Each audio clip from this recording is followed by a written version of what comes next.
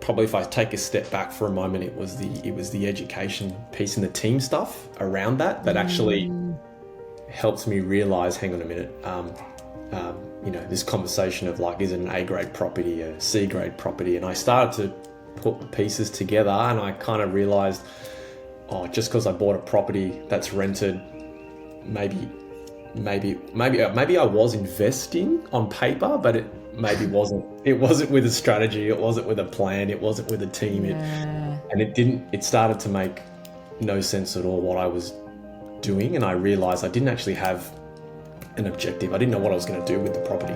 You're listening to Property Investor Tales, stories from the front yard.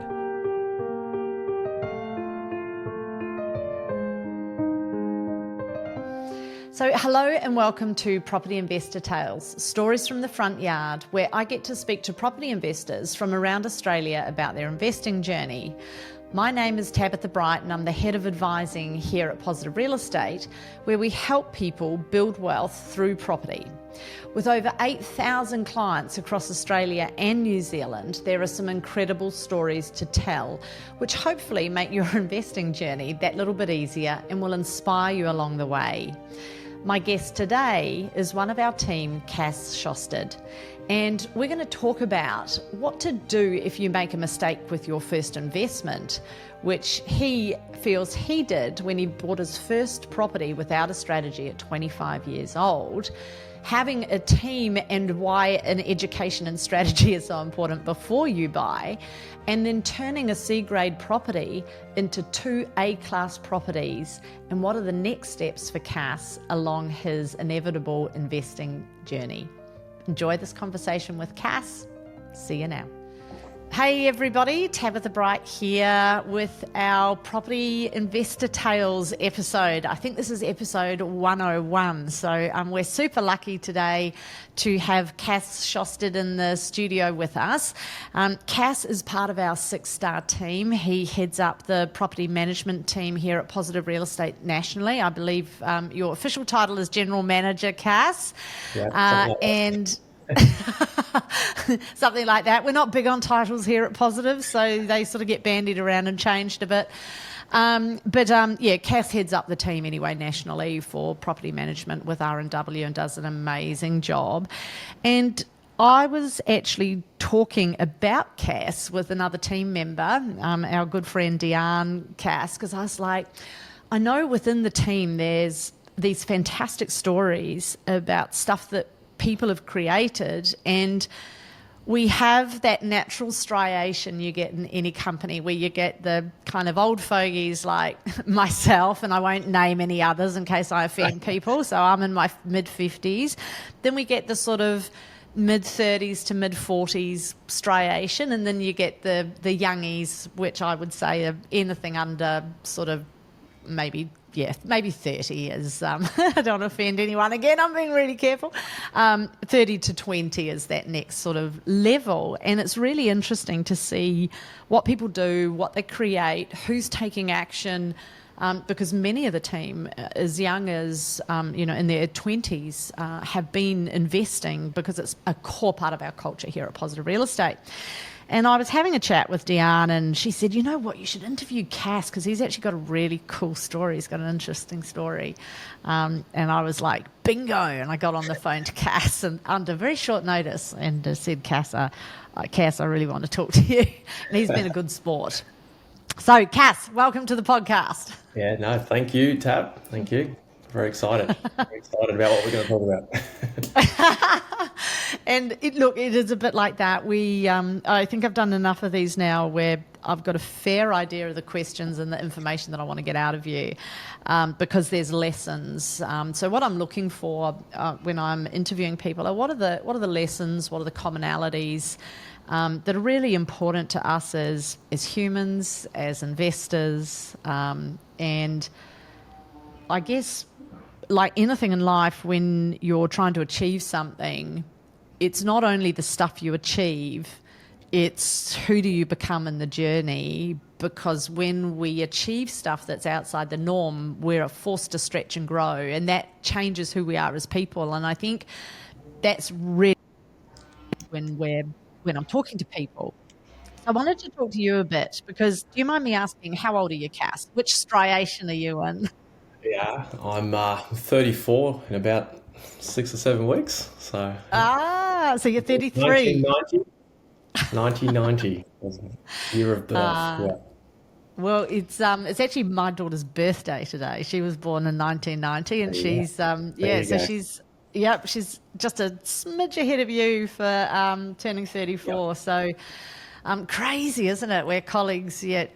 Officially, I could be your mum, I guess. So sorry if that's weird. People are thinking, "Oh, that's a bit weird. Where's she going?" Um, so, so you're in that striation between that sort of, I'll call it 35. I'm adding a year onto you. That 35 to 45, that mid range here at Positive Real Estate. And so, tell me, for everybody, have you invested before? Yes. Yeah. And you invested before you came to Positive Real Estate. Yeah, that's correct. First property at 25.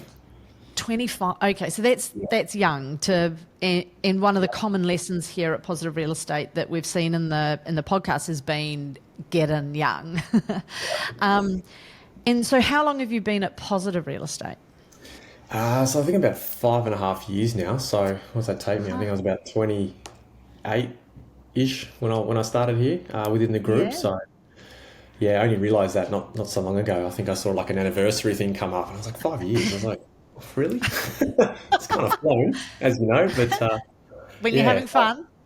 having fun. I'm still here. Bit of grey hairs. I don't know, but it's all right. We have fun along the way. That's for sure. We do. It's funny. One of my claims to fame is I'm 55 and I don't have grey hair.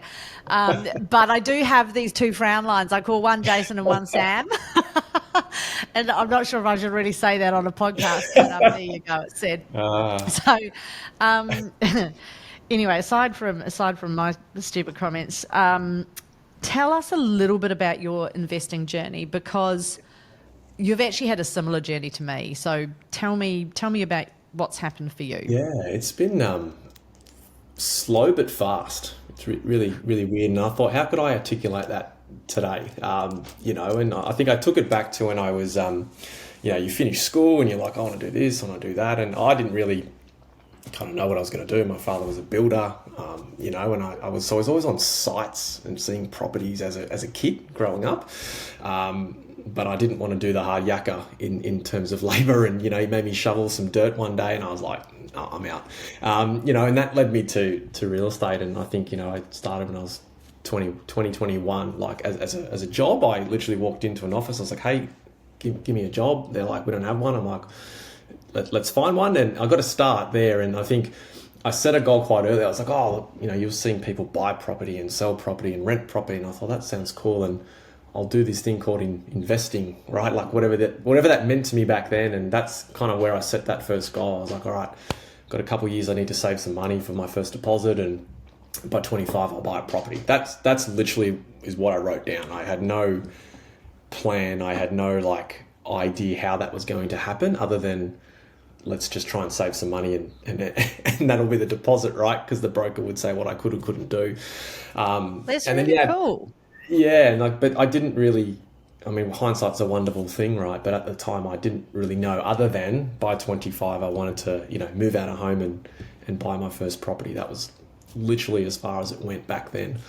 And then fast forward to when I was 25, I was like, okay, well, I've got the deposit now. I've done that work. Now I've got to go and execute. And I think sometimes I get to meet a lot of clients, as you know, too, Tad, that work with you and the team, and outside of that, and sometimes the execution is where I feel like, things get let down sometimes. It's like we won't, there might be some fear behind it. You might not want to do it for whatever reason. And I didn't have that. Again, for whatever reason, I'm not sure if I've worked that out yet, but at 25, it was just what I wanted to do. And so I was like, I'm going to go You're do that. bulletproof at 25. Yeah, you did a lot. Yeah, probably did a lot of things at 25 that I wouldn't do today. But when I was 25, Tab, I was like, okay, time to go. I was living in Sydney, so I was brought up in Sydney, southern suburbs, and that's kind of at that time. The Sydney market was taking off on me. So every time I would make an offer, I'd slightly miss out, market would move, another offer would come through. Anyway, I had this crazy idea of like, and I'm not sure, I can't remember where I got it from, but I was like, oh, I'll buy in a different city. So I actually booked, I think it was like a Wednesday, and I booked a plane ticket to the Gold Coast. Don't ask me why, because I don't know. I just literally was like, let's get on a plane. I'm going to the Gold Coast. I rented a car. I flew up. I got in that car, and I had a list of 10 properties I was going to go see that day. And in my mind, I was like, I'm going to go see 10 properties, and I'm going to just buy the one that kind of made sense to me at the time. And I think this is where my lesson started to come, that I didn't realize until I was probably 30 when I was here within the positive group, right? Because what had happened was I saw some properties. Obviously, you meet different agents, you get certain advice. I didn't know these people from a bar of soap, but hey, I was 25. I took that advice. I purchased a property, and for the next 3 to 4 years, it was rented out, and I was in Sydney. So I didn't have eyes and ears on it. I didn't know what depreciation meant. I didn't know what all these things that you teach anyway. In particular, I didn't know any of that stuff, and it wasn't until I was here at Positive. Obviously, I'm a bit fortunate enough I get to work here, but I think it was probably, if I take a step back for a moment, it was the education piece and the team stuff around that actually helps me realize, hang on a minute, this conversation of is it an A grade property, a C grade property? And I started to put the pieces together, and I kind of realized, just because I bought a property that's rented, maybe I was investing on paper, but it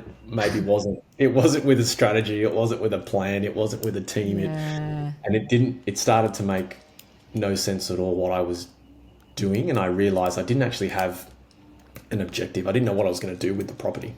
And then I quickly realized that was blocking me from other things that I thought I wanted to do. And so, that's kind of how it was probably owning that thing for 3 to 4 years, meeting the right people at the right time, I call it. I don't regret nothing, Tab. That's the best part.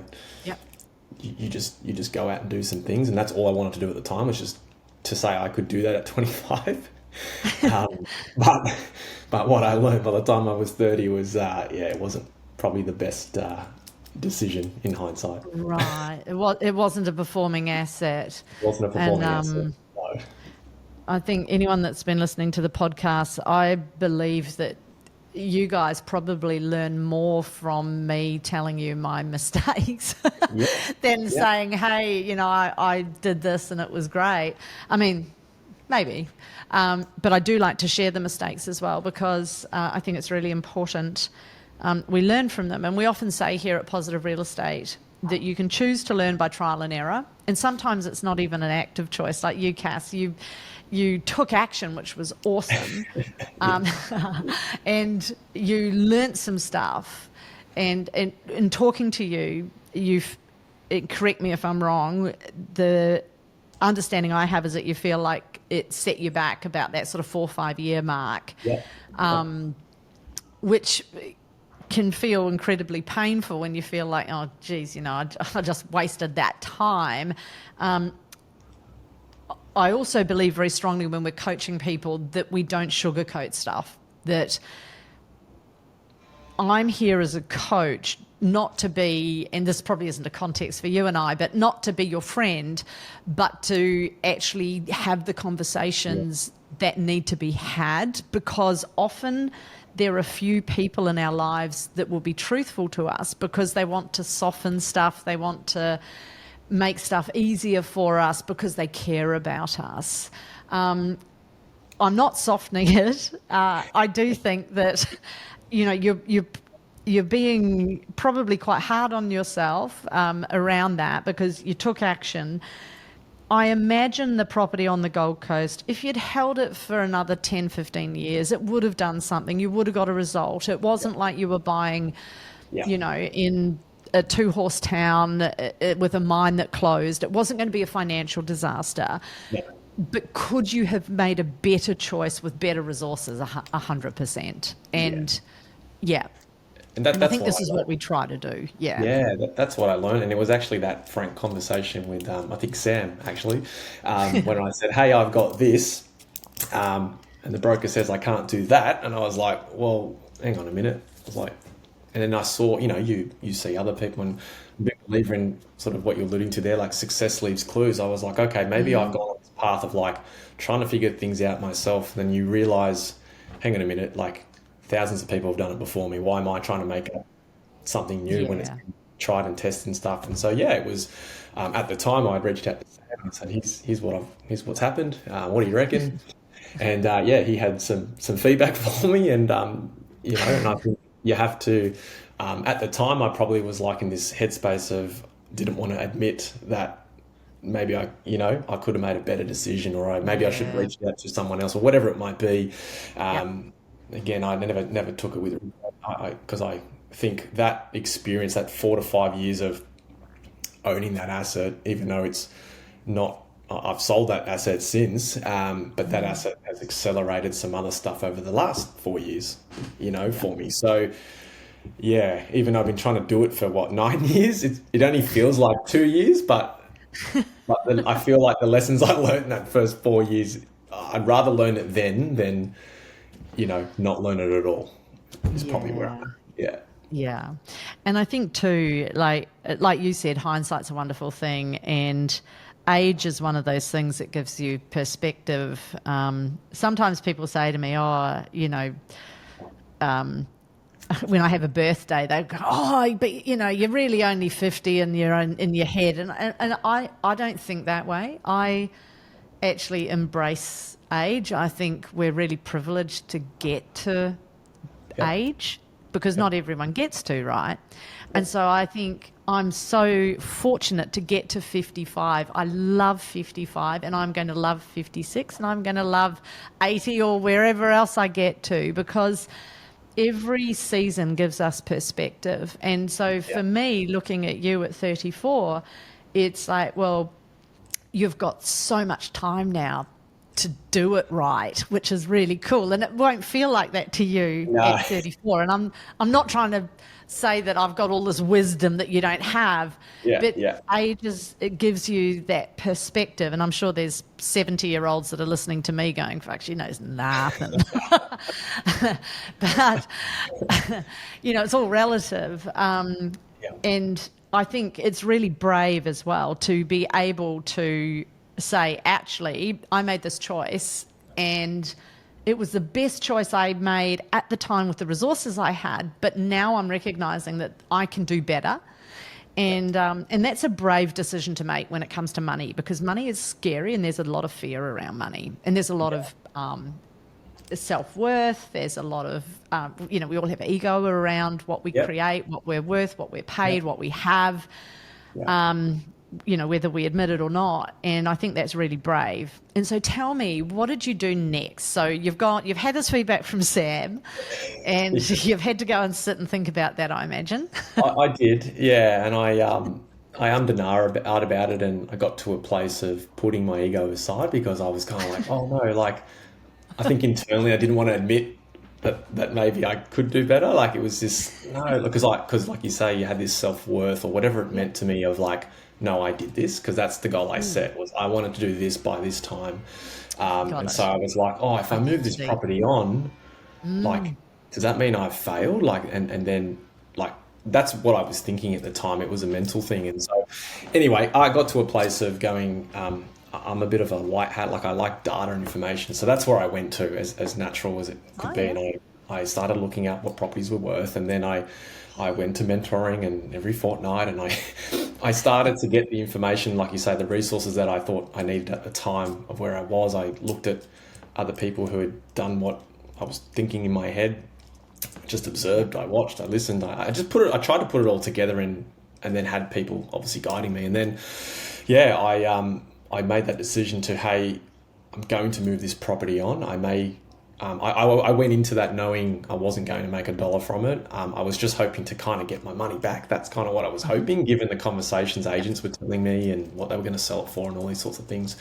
And that was okay. I came to a place going, that's okay, because I wasn't moving it to make a profit, because I didn't think that was there anyway, because I only held it for 3-4 years. And so my thing was like, no, okay, if I get X amount, what am I going to do with that? And so that's when I sat with one of the coaches, obviously Karen, and just said, hey, listen, like, I'm going to do this. I want to invest in more A-grade stuff. Like, tell me about the house and land strategy. Like, all these things that you guys talk about, and that's kind of what happened.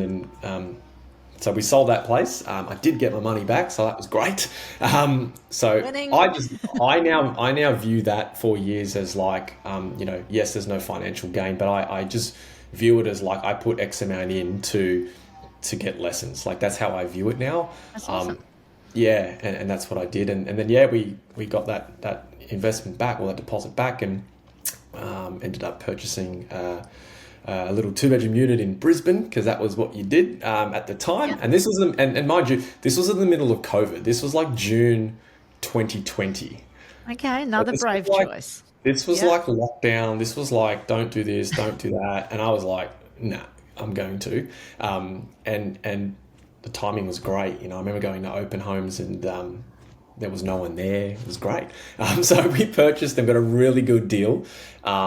Lived in that little unit there for about 18 months, and we knew we were going to upgrade at some time. And so after 18 months, that was an A-grade location, wasn't it? Yeah, so you yeah. chose a really good location. Yeah. It was Hawthorn, actually. Hawthorn in Brisbane. So if anyone knows Hawthorn, it's about like 4 k's from the CBD, Riverside suburb. Like average prices there for houses are ridiculous. So the apartment we got there, we loved, and we chose that because of its location primarily. And that then kind of allowed us, we're like, okay, we always knew we were going to turn that into an investment and try and find something big. And we ended up on the Sunshine Coast, out of all places, for family reasons and things like that. But we actually implemented the house and land strategy that we learned. So I was starting to get all these, it was kind of cool because you're actually starting to implement some of the things you learned that you saw, versus That's awesome. At 25, you just kind of made it up and literally got on a plane, and just went for a day. Within 6 hours, I had a property, and I was like, what happened, right? So this was a bit more methodical and planned. And so then we rented out Hawthorn, which we still own today. Awesome. To the team. Yep, still own that thing, and that's done very well. And then now Sunshine Coast, obviously a house and land package that we had, and kind of use that strategy, as the kind of development gets developed and things like that. And so obviously there was some gain from that. Just for work reasons, a few other things, we decided to move back to Brisbane. So we kind of had to make a decision around, we were trying to keep that, and what we're going to do. Do we keep it? Do we sell it? Do we whatnot? But it's allowed us to move that property on, for a little gain, to then reinvest back into Brisbane. So we're back in the market here. But, I've only been in this place that I'm at now, where we're filming from, and that experience now in terms of purchasing in the secondhand market versus 2020, it was a nightmare, right? Like, there's people everywhere, the competition, and so it just kind of like reinforced, I don't know, that decision in 2020 when things were going on in the world where you didn't want to maybe take action. Say, hey, look, no, that was great. So it was like, now I look back and go, hang on, we just bought 2 properties within like 18 months in the middle of COVID. Like, that sounds wild to most people. But those decisions and those levers that the team helped me pull together has actually accelerated more in the past probably 2 years than the previous 4 or 5 with the other property. The other one. Yeah. I think I was saying to you before, Tay, it was like a step back to take a step forward almost. And apply those lessons you learned. So it's a little bit about sort of the last couple of years, I suppose. That's an awesome result. It's part of what we often teach people too, is because people say, oh, do you have to have your property first, your principal place of residence first before you invest, or is it okay to invest first and then get your principal place of residence? Your principal place of residence is a great capital gains tax-free strategy that most people are aware of. And so what we call the PPR upgrade is part of our strategy as well, which is what you've done. So, and where you do it in your strategy will be determined by you and your goals and your personal situation. So for some people, they may not do it for years. For other people, they'll do it as their first property, like you did with Hawthorn, and then turn it into an investment when the time is right. So we recently heard from Hayley Beavis, who's one of our young guns like yourself, and she's because she started working at Positive Real Estate at 22, and we poor Hayley, I remember her I first should have asked for a purchase. job when I was 22, I reckon. Well, it's funny. She had an in because, of course, she's the daughter-in-law of one of our coaches here, and I was looking for an assistant. And Carolyn, the coach, said, "Listen, I've got the girl for you." I said, "Just send her to volunteer along." We were having a property game workshop. I just said, "Just send her along. She can come along, meet me. She can get stuck in and volunteer, and we'll see what we think." Yeah. And she rocked up and pretty much organised the show. And I was like, and you know Hayley, right? Yes. I was like, oh my God, this girl is the best. And so she was pretty much hired on the spot. And she, like you, had a goal around investing. And however, at 22, as you know, when you're doing it, it's a bit scary. And Hayley wouldn't mind me sharing, there were tears when she went to contract. We were all behind her going, "You can do it." Yeah. It was that scary first step. And so when you do it, when you're doing it on your own, Cass, at 25, without support, and you've come up with your own strategy, you've jumped on a plane. I mean, that's pretty damn phenomenal. And and I say kudos to you, because often people don't start investing until at least your age now or older, right? Yeah. So kudos to you. And so now what does the future look like for Cass? Because we go in and out of consolidation phase, right? Yeah. And we aren't always able to time the market as we want to. And I know that some of the time that Hayley was acquiring property, not to take away from Hayley's journey at all, but we were at that 2%, 3%, where servicing was a lot easier. And now we're in a market where servicing is a lot harder. Yeah. So what are some of the future goals for Cass look like? That's the challenge now, right? We've just gone through it with making that decision to take the capital gain win Sunshine Coast when originally it was kind of like, no, I'll just hold that property. But then we could only afford it, we had challenges in financing back in Brisbane. So there was this yin and yang of, I don't know, do we rent back in Brisbane? So we went through this process and obviously ended up taking the capital gain win now, reinvested back in Brisbane where we're living.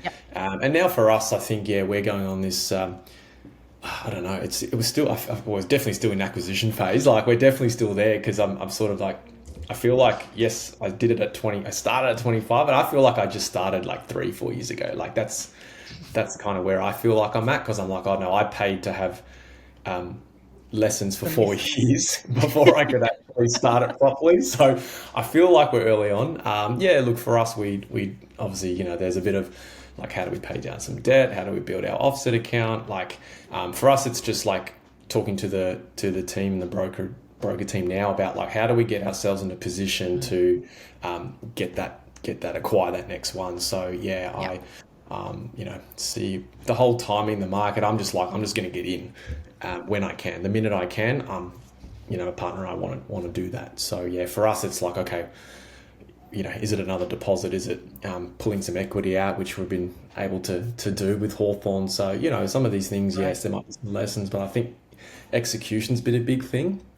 We're chatting before, it's like, oh, I've got this and maybe I should do it. Maybe I shouldn't. But I think what I've learned is like, just if it makes sense, the team around you was the biggest thing for me, Tab. I think if you get people around you that have done it like yourself, you can trust that advice versus the advice I got at 25 from randoms that I had no idea, who had zero qualifications, let's be honest, at the time. So, most of them don't even own property themselves. So, I think, for us, it's like, how do we get that next property? that next investment. Where is that going to be? Is that off the plan? Is that all that sort of stuff? Yeah, it's the details. So yeah, we're having some fun with finance. Yeah, well, I have some thoughts. Awesome, awesome. So, Jason is a fantastic leader in this space. Between him and Sam and the market information and the strategies that those guys weave, it's pretty phenomenal to be part of that. And I think, all of us here at Positive Real Estate have benefited from their brains and their unique view on property. Yeah. And I know Jason is, what would be the word? He is optimistic. He's not. And I'm just going to use this word because I can't think of the right words, and this is the wrong word to use. I'm not suggesting that he's deluded in his optimism, but he has a lot of faith in property and the market. And then it comes down to your level of risk, because he's got a very strong stomach for risk, and that doesn't make him risky. It just means that what he would do versus what somebody else would do with a different risk profile can be quite different. And so much of investing comes down to your risk appetite and what I call your sleep at night factor when I'm coaching clients, because you can have everything ticked off from a safety net perspective as to what is your fallback position and be confident in that, but still feel like it's risky and it's uncomfortable. And sometimes we have to grow and expand. And I kind of sit in the middle from a risk profile perspective when it comes to coaching. And we've got coaches that are more conservative in their approach. There's sort of, I guess, a coach to suit every profile. Yeah. What I would say to you is trust your gut like you did with COVID. Yeah. And sometimes when we don't have servicing, it can still work for us to consider off the plan as a strategy. Now, there's some checkpoints around that. Don't do this if you're not part of Positive Real Estate, because Positive Real Estate has a lot of checks and balances in place to manage a client's risk, to make sure that deposits aren't lost and all of that kind of stuff. Our contracts team are phenomenal, and we always make sure there's a fallback position for every client. So not that that's always comfortable if your circumstances change, but it's something that we work really hard to ensure that everyone gets a great result. So knowing that off the plan can be a great way. If you've got what we call lazy money sitting in the market, not sitting in the market, I beg your pardon, sitting in your account, to have that in and off the plan. People say, oh yeah, but what's the difference? Like, I don't own the property. It's like, yeah, but you control the property, and that's what's important. Because as you know, Cass, having done house and land, it's about control. You control the land while it's going through the subdivision. If it was to go up in value, you realise that value because you control it. You didn't have it right then and there, but you control it. So I would seriously consider an off the plan for you and your lovely wife, and just be mindful of which market, like we discussed, and get a long term off the plan, and then have a conversation with your broker about what do you need to do to get servicing. What does it actually look like? Get them to give you specifics, and then you decide whether you're comfortable. But I would be going hell for leather in this market, knowing what we know about the market. I was just making a note there. Like, I think sometimes the biggest risk sometimes is not having the right team around you. Like, that's what I learnt at 25, right? Like, yes, I purchased something, but I didn't have the right team and therefore didn't get the right outcome. So sometimes maybe the risk is, just not having the right team around you at that point in your life to go and do the things you want to do. So, you make a very valid point. Definitely be sharing that as soon as we stop this. I'll go chat to my wife. Well, and I know Karen does a great job. Jason does a great job of Yeah, coaching, and you can yeah, take both sides of that, yeah, and take a happy middle and go from there. But yeah, yeah, I think you'll kick yourself if you don't get into the market. And you wait 2 years until you service.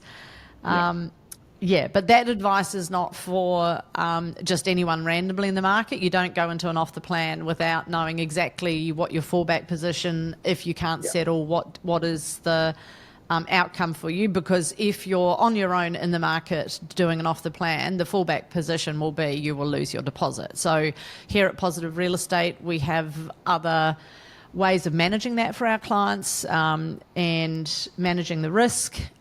So we talk our clients through that as part of their strategy. So I just want to be really clear on that. You don't just hope and pray. That is not a strategy. But for Cass and our clients, there's lots of support on how you mitigate your risk and make sure they're comfortable with that, so they don't lose a deposit. yeah. Cool. Anything else that you wanted to add? Because I wouldn't mind touching really quickly just on your fabulous team, because here at Positive we do have the 6-star team. And like I said, Cass, part of investing, like you said, Cass, is your team. And your team's just not your property coach. Your team's your property manager, your finance person, your property consultant. Whole range of people you need. Yeah, your accountant, your financial planner. I've learned a lot about financial planning in the last couple of months, which has really opened my eyes and saved me literally hundreds of thousands of dollars in tax, which is just amazing. Can't rate the team high enough. So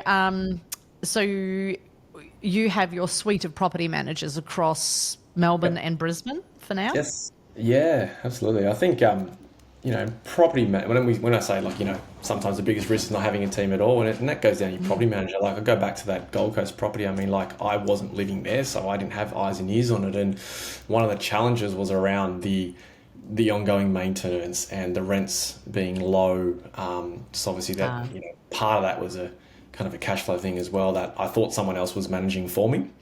And it was probably through that lesson as well where being a property manager or being within that industry as a career, that along with the education here at Positive and all that sort of investment education stuff, like I've kind of like tried to piece it together to deliver a service where it's like, it's not just about, one open home or one rent review or one routine inspection. It's like, how do you actually hold this property for 10, 15 plus years if that's part of your journey?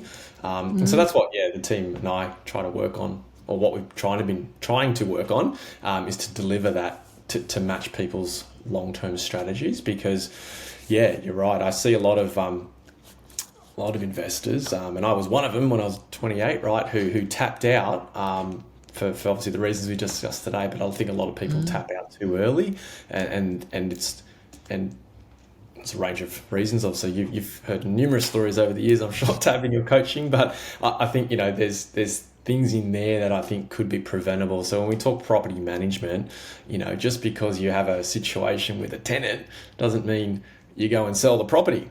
Right? Or because the rent is $25 less that you go and sell the property. Like, there's always, I'm very big, like, I've been doing it 13 years and there's never not been a thing or a situation where there hasn't been a solution.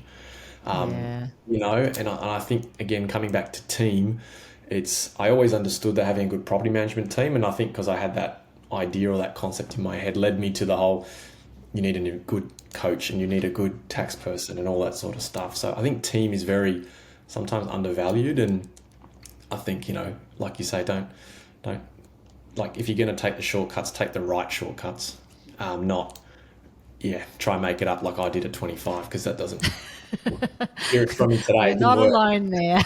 It didn't work, team. Get the right team, and look, the property managers do it. It's actually interesting, like a lot of the team as well, like me, who have been here maybe a little bit less than I've been within the group, like one of our colleagues there, Kayla, like she's just about to settle her first investment, so like That's this awesome. yeah, so like this stuff's happening, and it's really good to see, you're as a property manager, you can actually see it from a different perspective now as the person on the other Yeah. side of the fence. So Yeah. yeah, some good stuff there. But I would, yeah, if there's one thing I've learnt, is certainly don't undervalue the team around you. Like you got to get the right team, and if you're not hitting the outcomes that you want, I think go like that. I always got taught from a young age, like success leaves clues. So go and find those people. There's Yeah. plenty of those people here at Positive. So go and find those people who have experienced or who had their runs on the board and have those experiences. Because if you're facing it and you're having this challenge, I dare say there's someone in this group that's already gone through it and has a solution for you. Yeah. And so I think it's important to just sometimes put your hand up and ask for help. Yeah, and ask the question. I think that's awesome. And I'll just say on that note, Positive Real Estate's been in the market for as a business for over 20 years now, and that 20 years we've coached people through the GFC, we've coached people through mining boom bust, we've coached people through COVID. through COVID. I remember. I'll never forget it. I think Jason said, he's like, "Don't worry about it. Just go. Just do it." And that's what I did. I'm sure there was many other clients that did the same. It was like, just go and do it. You got the Yeah. location, you got the property, get on with it, and Well, all the fundamentals were there, right? all the And fundamentals. that's where it takes courage to do the opposite of what the market is often doing. Yeah. Yeah. All right, my friend. I know you've got a time limit, and you've generously given your time today. So thank you so much. And Thanks for having me. folks, if you're looking for a good property management team in Brisbane or Melbourne, Cass Sjostedt and his team at R&W are pretty damn awesome. So don't hesitate to reach out. So thanks so much. And I think that's it for today. Nice work, Thanks Cass. for Thank you. Thank you. Thanks for having me. Bye. See ya. Bye. Hey, thanks for listening to Property Investor Tales. Remember to subscribe so you get notified every time a new episode drops. As you can guess, I love hearing people's property investor tales. So if you'd like to share yours, then please get in touch with me via email at propertyinvestortales@positivementor.com.au. We would also love your feedback, and I would appreciate a 5-star review over on Apple Podcasts or Spotify. Remember, you can watch all of these podcasts over on YouTube at Positive Mentor or at positivementor.com.au. Until then, take care, happy investing, and bye for now.